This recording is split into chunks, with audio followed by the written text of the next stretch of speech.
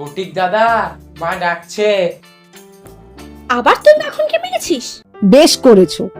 আমি তোমাকে মাসের মধ্যে 5 বার করে বই কিনে দিতে পারিনি। দেখ, মার খাবি। এই বেলা ওঠ। সৌর্যের আখ্যান।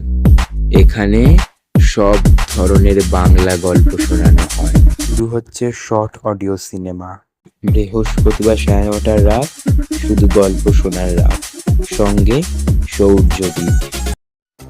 বালক দিগের সর্দার ফটিক চক্রবর্তীর মাথায় চট করিয়া একটা নতুন ভাবোদয় হইল। নদীর ধারে একটা প্রকাণ্ড শালকাষ্ঠ মাস্তলে রূপান্তরিত হইবার প্রতীক্ষায় পড়িয়াছিল। স্থির হইল সেটা সকলে মিলাইয়া গড়াইয়া লইয়া যাইবে। যে ব্যক্তির কাঠ আবশ্যকালে তাহার যে কতখানি বিস্ময় বিরক্তি এবং অসুবিধা বোধ হইবে তাহা উপলব্ধি করিয়া বালকের এই প্রস্তাবে সম্পূর্ণ অনুমোদন করিল। কোমর বাঁধিয়া সকলেই যখন মনোযোগের সহিত কার্যে প্রবৃত্ত হইবে উপক্রম করিতেছে, এমন সময়ে ফটিকের কনিষ্ঠ মাখনলাল গম্ভীরভাবে সেই গুড়ির উপরে গিয়া বসিল। ছেলেরা তাহার এইরূপ উদাসীন্য দেখিয়া কিছু বিমর্ষ হইয়া গেল। একজন আসিয়া ভয় ভয় তাহাকে একটু আধটু ঠেলিল, কিন্তু সে তাহাতে কিছুমাত্র বিচলিত হইল না। এই অকাল তত্ত্বজ্ঞানী মানব সকল প্রকার ক্রীড়ার অসরতা সম্বন্ধে নীরবে চিন্তা করিতে লাগিল। ফটিক আসিয়া আস্ফালন করিয়া কহিল, দেখ, মার খাবি। এই বেলা ওঠ। সে তাহাতে আরো একটু নড়িয়া চড়িয়া আসনটি বেশ স্থায়ী রূপে দখল করিয়া লইল। এইরূপ স্থলে সাধারণের নিকট রাজসম্মান রক্ষা করিতে হইলে অবাধ্য ভ্রাতার গণ্ড দেশে অনতিবিলম্বে এক চর কষাইয়া দেওয়া ফটিকের কর্তব্য ছিল। সাহস হইল না, কিন্তু এমন একটা ভাব ধারণ করিল যেন ইচ্ছে করিলেই এখনই উহাকে রীতিমতো শাসন করিয়া দিতে পারে, কিন্তু করিল না। কারণ পূর্বাপেক্ষা আর একটা ভালো খেলা মাথায় উদয় হইয়াছে, তাহাতে আর একটু বেশি মজা আছে। প্রস্তাব করিল মাখনকে শুদ্ধ ওই কাঠ গড়াইতে আরম্ভ করা যাক। মাখন মনে করিল ইহাতে তাহার গৌরব আছে, কিন্তু অন্যান্য পার্থিব গৌরবের ন্যায় ইহার আনুষঙ্গিক যে বিপদের সম্ভাবনাও আছে তাহা তাহার কিংবা আর কাহারও মনে উদয় হয় নাই। ছেলেরা কোমর বাঁধিয়া ঠেলিতে আরম্ভ করিল। মারো ঠেলা, হেইয়ো সাবাস জোয়ান, হেইয়ো। খেলার আরম্ভেই এরূপ আশ্বাসিত ফল লাভ করিয়া অন্যান্য বালকেরা বিশেষ হিষ্ট হইয়া উঠিল, কিন্তু ফটিক কিছু শশব্যস্ত হইল।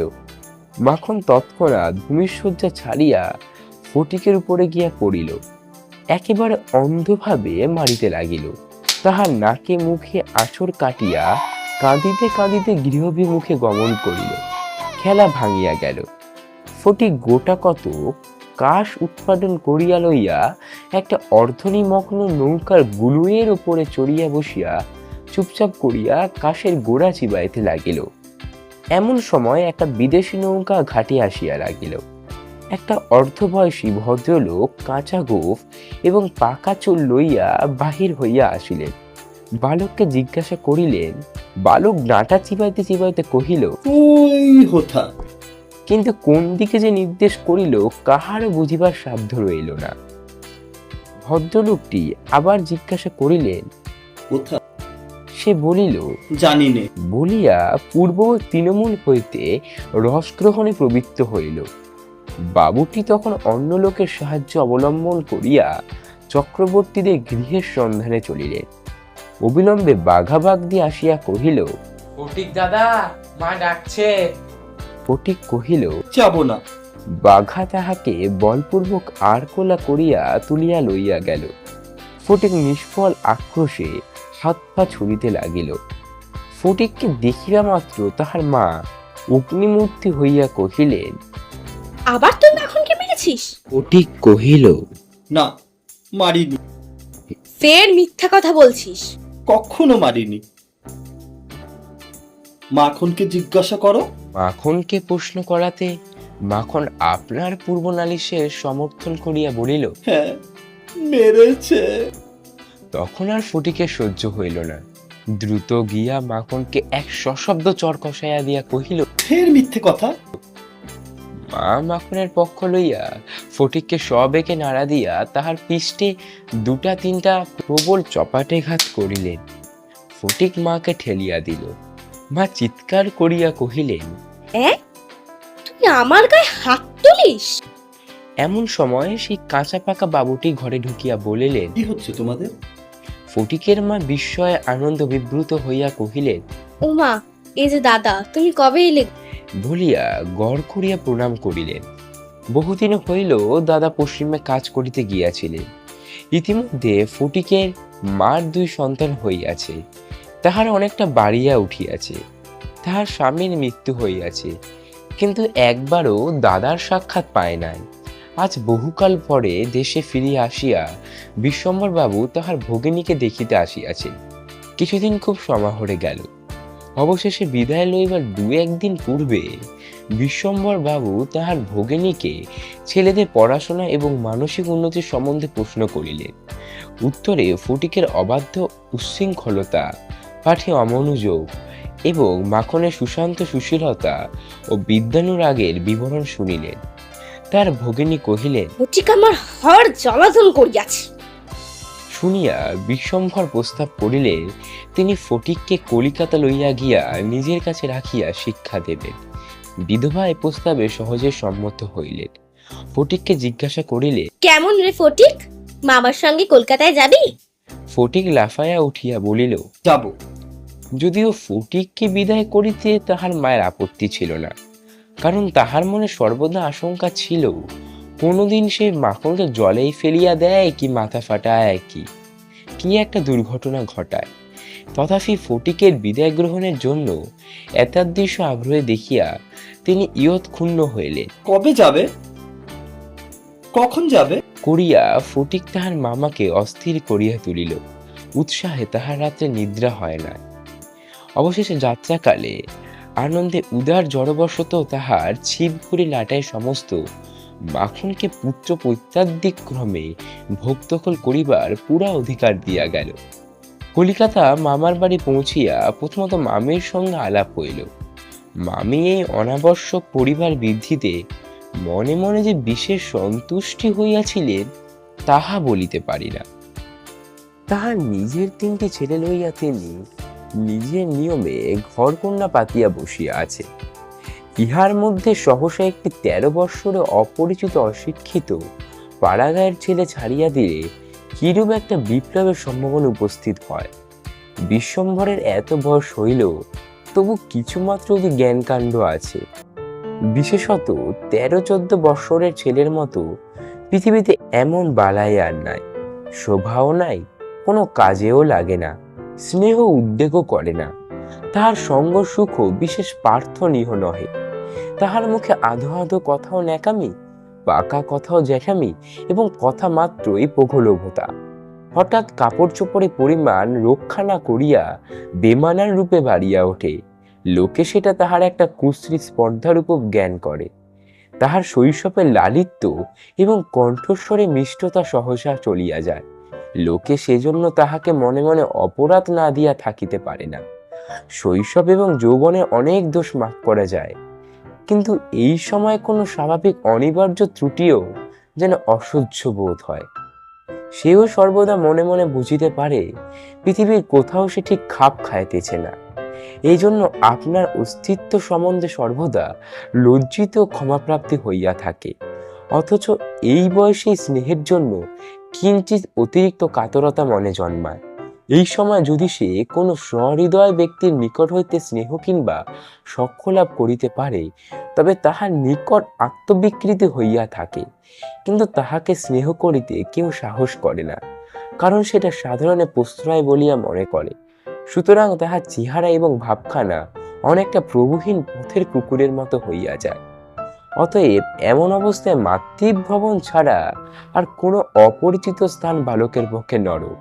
চারিদিকে স্নেহশূন্য বিরাগ তাহাকে পথে পথে কাঁটার মতো বিধে। এই বয়সে সাধারণত নারী জাতিকে কোনো এক শ্রেষ্ঠ স্বর্গলোকে দুর্লভ জীব বলিয়া মনে ধারণা হইতে আরম্ভ হয়। অতএব তাহার নিকট হইতে উপেক্ষা অত্যন্ত দুঃসহ বোধ হয়। মামির স্নেহহীন চোখে সে যেন একটা দুর্গ্রহের মতো প্রতিভাব হইতেছে। এইটি ফটিকের সবচেয়ে বাজিত। মামি যদি দৈবাত তাহাকে কোনো একটা কাজ করিতে বলিতেন, তাহা হইলে সে মনের আনন্দে যতটা আবশ্যক তার চেয়ে বেশি কাজ করিয়া ফেলিত। অবশেষে মামি যখন তাহার উৎসাহ দমন করিয়া বলিতেন, বের হয়েছে, ওতে আর তোমার হাত দিতে হবে না। এখন তুমি নিজের কাজে মন দাও গে, একটু পরও গে যাও। তখন তাহার মানসিক উন্নতির প্রতি মামির এতটা যত্ন বাহুল্য তাহার অত্যন্ত নিষ্ঠুর অবিচার বলিয়া মনে হইত। ঘরের মধ্যে এইরূপ অনাদার ইহার পর আবার হাত ছাড়িবার জায়গা ছিল না। দেওয়ালের মধ্যে আটকা পড়িয়া কেবল তাহার সে গ্রামের কথা মনে পড়িত। প্রকাণ্ড একটা ধাউস ঘুড়ি লইয়া বো বো শব্দে উড়াইয়া বেড়াইয়া সেই মাঠ তাই রে নাই রে না। করিয়া উচ্চস্বরের স্বরচিত রাগিনী আলাপ করিয়া অকর্মণ্যভাবে ঘুরিয়া বেড়াইবার সেই নদীতে দিনের মধ্যে যখন তখন ঝাঁপ দিয়া পড়িয়া সাঁতার কাটিবার সেই সংকীর্ণ স্রোতস্বিনী, সেই সব দলবল উপদ্রব স্বাধীনতা এবং সর্বোপরি সেই অত্যাচারিণী অবিচারিণী মা অহসিনী তাহার নিরুপায় চিত্তকে আকর্ষণ করিত। জন্তুর মতো এক প্রকার অবুঝ ভালোবাসা, কেবল একটা কাছে যাইবার অন্ধ ইচ্ছা, কেবল একটা না দেখিয়া অব্যক্ত ব্যাকুলতা, গোধূলি সময় মাতৃহীন বৎসের মতো কেবল একটা আন্তরিক মা মা কন্দন, সেই লজ্জিত শঙ্কিত শীর্ণ দীর্ঘ অসুন্দর বালকের অন্তরে কেবলই আলোড়িত হইত। স্কুলে এত বড় নির্বোধ এবং অমনোযোগী বালক আর ছিল না। একটা কথা জিজ্ঞাসা করিলে সে হাঁ করিয়া চাহিয়া থাকিত। মাস্টার যখন মার আরম্ভ করিত তখন ভারক্লান্ত গর্ধপের মতো নীরবে সহ্য করিত। ছেলেদের যখন খেলিবার ছুটি হইত তখন জানালার কাছে দাঁড়াইয়া দূরের বাড়িগুলোর ছাদ নিরীক্ষণ করিত। যখন সেই দ্বীপ প্রহরের রৌদ্রে কোনো একটা ছাদে দু একটি ছেলেমেয়ে কিছু একটা খেলার ছলে ক্ষণেকের জন্য দেখা দিয়া যাইত, তখন তাহার চিত্ত অধীর হইয়া উঠিত। একদিন অনেক প্রতীক্ষা করিয়া অনেক সাহসে মামাকে জিজ্ঞাসা করিয়াছিল, মামা, মার কাছে কবে যাব? মামা বলিয়াছিলেন, স্কুলের ছুটি হোক। কার্তিক মাসে পুজোর ছুটি, সে তো এখনো ঢের দেরি। একদিন ফটিক তাহার স্কুলের বই হারাইয়া ফেলিল। একে তো সহজে পড়া তৈরি হয় না, তাহার পর বই হারাইয়া একেবারে নাচার হইয়া পড়িল। মাস্টার প্রতিদিন তাহাকে অত্যন্ত মারধর অপমান করিতে আরম্ভ করিলেন। স্কুলে তাহার এমন অবস্থা হইল যে তাহার মামাতো ভাইরা তাহার সহিত সম্বন্ধ স্বীকার করিতে লজ্জাবোধ করিত। ইহার কোন অপমানে তাহার অন্যান্য বালকের চেয়েও যেন বলপূর্বক বেশি করিয়া আমোদ প্রকাশ করিত। বই হারিয়ে ফেলেছি। মামি অধরের দুই প্রান্তে বিরক্তির রেখা অঙ্কিত করিয়া বলিলে, বেশ করেছো, আমি তোমাকে মাসের মধ্যে 5 বার করে বই কিনে দিতে পারিনি। ফটিক আর কিছু না বলিয়া চলিয়া আসিল। সে যে পরের পয়সা নষ্ট করিতেছে এই মনে করিয়া তাহার মায়ের ওপর অত্যন্ত অভিমান উপস্থিত হইল। নিজের হীনতা এবং দৈন্য তাহাকে মাটির সহিত মিশাইয়া ফেলিল। স্কুল হইতে ফিরিয়া সেই রাত্রে তাহার মাথা ব্যথা করিতে লাগিল এবং গা শিরশির করিয়া আসিল। বুঝিতে পারিল তাহার জ্বর আসিতেছে। বুঝিতে পারিল ব্যামো বাঁধাইলে তাহার মামির প্রতি অত্যন্ত অনর্থ উপদ্রব করা হইবে। মামি এই ব্যামোটাকে যে কিরূপ একটা অকারণ অনাবশ্যক জ্বালাতনের স্বরূপ দেখিবে তাহা সে স্পষ্ট উপলব্ধি করিতে পারিল। রোগের সময় অকর্মণ্য অদ্ভুত নির্বোধ বালক পৃথিবীতে নিজের মা ছাড়া আর কাহারও কাছে সেবা পাইতে পারে এইরূপ প্রত্যাশা করিতে তাহার লজ্জাবোধ হইতে লাগিল। পরদিন প্রাতকালে ফটিককে দেখা গেল না। চতুর্দিকে প্রতিবেশীদের ঘরে খোঁজ করিয়া তাহার কোনো সন্ধান পাওয়া গেল না। সেদিন আবার রাত্রি হইতে মুষলধারে শ্রাবণে বৃষ্টি পড়িতেছে, সুতরাং তাহার খোঁজ করিতে লোকজনকে অনর্থক অনেক ভিজিতে হইল। অবশেষে কোথাও না পাওয়ায় বিশ্বম্বরবাবু পুলিশে খবর দিলেন। সমস্ত দিনের পর সন্ধ্যার সময় একটা গাড়ি আসিয়া বিশ্বম্বরবাবু বাড়ির সম্মুখে দাঁড়াইল। তখনও ঝুপঝুপ করিয়া অবিশ্রাম বৃষ্টি পড়িতেছে। রাস্তায় এক হাঁটু জল দাঁড়াইয়া গিয়াছে। দুজন পুলিশের লোক গাড়ি হইতে ফটিককে ধরাধরি করিয়া নামাইয়া বিশ্বম্বরবাবুর নিকট উপস্থিত করিল। তাহার আপাদমস্তক ভিজা, সর্বাঙ্গে কাদা, মুখ চক্ষু লোহিত বর্ণ থরথর করিয়া কাঁপিতেছে। বিশ্বম্বর বাবু প্রায় কোলে করিয়া তাহাকে অন্তপুরে লইয়া গেলেন।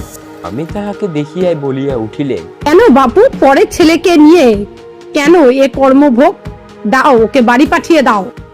বাস্তবিক সমস্ত দিন দুশ্চিন্তে তাহার ভালোরূপ আহারাদি হয় নাই, এবং নিজের ছেলেদের সহিত না হোক অনেক খিটমিট করিয়াছেন। ফটিক কাঁদিয়া উঠিয়া কহিল, আমি মার কাছে যাচ্ছিল, আমাকে ফিরিয়ে এনেছে। বালকের জ্বর অত্যন্ত বাড়িয়া উঠিল, সমস্ত রাত্রি প্রলাপ বকিতে লাগিল। বিশ্বম্বরবাবু চিকিৎসক লইয়া আসিলেন। ফটিক তাহার রক্তবর্ণ চক্ষু একবার উন্মিলিত করিয়া কড়িকাঠের দিকে হতবুদ্ধিভাবে তাকাইয়া কহিল, মামা, আমার ছুটি হয়েছে কি? বিশ্বম্বরবাবু রুমালে চোখ মুছিয়া সস্নেহে ফটিকের শীর্ণতপ্ত হাতখানি হাতের ওপর তুলিয়া লইয়া তাহার কাছে আসিয়া বসিলেন। ফটিক আবার বিড়বিড় করিয়া বকিতে লাগিল, বলিল, মা, আমাকে মারিস নে মা, সত্যি বলছি, আমি কোনো দোষ করিনি। পরদিন দিনের বেলা কিছুক্ষণের জন্য সচেতন হইয়া ফটিক কাহার প্রত্যাশায় ফ্যাল ফ্যাল করিয়া ঘরে চারিদিকে চাহিল। নিরাশ হইয়া আবার নীরবে দেওয়ালের দিকে মুখ করিয়া পাশ ফিরিয়া শুইল। বিশ্বম্বরবাবু তাহার মনের ভাব বুঝিয়া তাহার কানের কাছে মুখ নত করিয়া মৃদু স্বরে কহিলেন, ফটিক, তোর মাকে আনতে পাঠিয়েছি। তাহার পরদিনও কাটিয়া গেল। ডাক্তার চিন্তিত বিমর্ষ মুখে জানাইলেন, অবস্থা বড়ই খারাপ। বিশ্বম্বরবাবু তিমিস্তি প্রদীপে রোগশয্যা বসিয়া প্রতি মুহূর্তেই ফটিকের মাতার জন্য প্রতীক্ষা করিতে লাগিলেন। ফটিক খালাসিদের মতো শুরু করিয়া বলিতে লাগিল, এক পাও মেলে না, দু পাও মেলে, এ না। কলিকাতা আসিবার সময় কত কটা রাস্তা স্টিমার আসিতে হয়েছিল। খালাসিরা কাছি ফেলিয়া শুরু করিয়া জল মাপিত। ফটিক প্রলাপে তাহাদের অনুকরণে করুণ স্বরে জল মাপিতেছে এবং যে অনুকূল সমুদ্রে যাত্রা করিতেছে, বালক রাশি ফেলিয়া কোথাও তাহার তল পাইতেছে না। এমন সময় ফটিকের মাতা ঝড়ের মতো ঘরে প্রবেশ করিয়া উচ্চকরভাবে শোক করিতে লাগিলেন। বিশ্বম্ভর বহু কষ্টে তাহার শোকোচ্ছ্বাস নিবৃত করিল। তিনি শয্যার উপর আছাড় খাইয়া পড়িয়া উচ্চস্বরে ডাকিলেন, ফটিক সোনা, মানিক আমার। ফটিক যেন অতি সহজেই তাহার উত্তর দিহা কহিল, আ মা আবার ডাকিলেন। ওরে ফটিক, বাপ ধন রে। ফটিক আস্তে আস্তে পাশ ফিরিয়া কাহাকেও লক্ষ্য না করিয়া মৃদু স্বরে কহিল, মা, এখন আমার ছুটি হয়েছে মা, এখন আমি বাড়ি যাচ্ছি। শেষ হলো আজকের অডিও সিনেমা। কেমন লাগলো অডিও সিনেমাটি আমাদের কমেন্ট করে জানান, এবং যারা যারা অভিনয় করেছে তাদের কণ্ঠস্বর আপনাদের কেমন লেগেছে সেটাও আমাদের কমেন্ট করে জানান, এবং ডেসক্রিপশনে চরিত্রগুলি লেখা আছে, আপনারা দেখে নিতে পারেন। আজকের এপিসোড এখানে শেষ করছি।